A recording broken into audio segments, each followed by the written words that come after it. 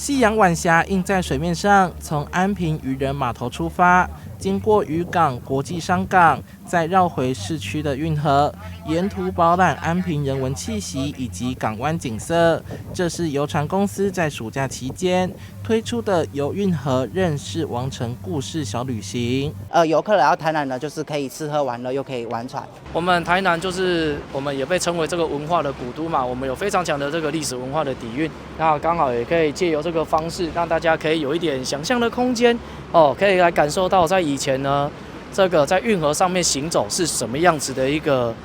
感觉。业者强调，他们是目前唯一取得安平合法航权的公司，在50分钟的航程中，船上有专业的导览解说，可以边欣赏夕阳夜景，边了解府城历史故事，同时和安平商圈结合，让游客用海陆不同视角欣赏这座城市。海上就是由利益国际来这边办活动啊，等到路上的时候，到安平老街之后，就由我们这安平的店家来做串联。那串联店家有冬瓜茶，有卖虾饼，有DIY 的。我是在地的，我觉得应该推广给大家知道。晚风徐徐啊，然后看着夕阳，然后坐着船。这种感觉就是我觉得人生一定要来体验一次。根据市府统计，去年游船观光人数有12000多人，恢复疫情前的水准。趁着台南400之际，安平在地共同合作，打造全新游程，让游客来台南多了新选择。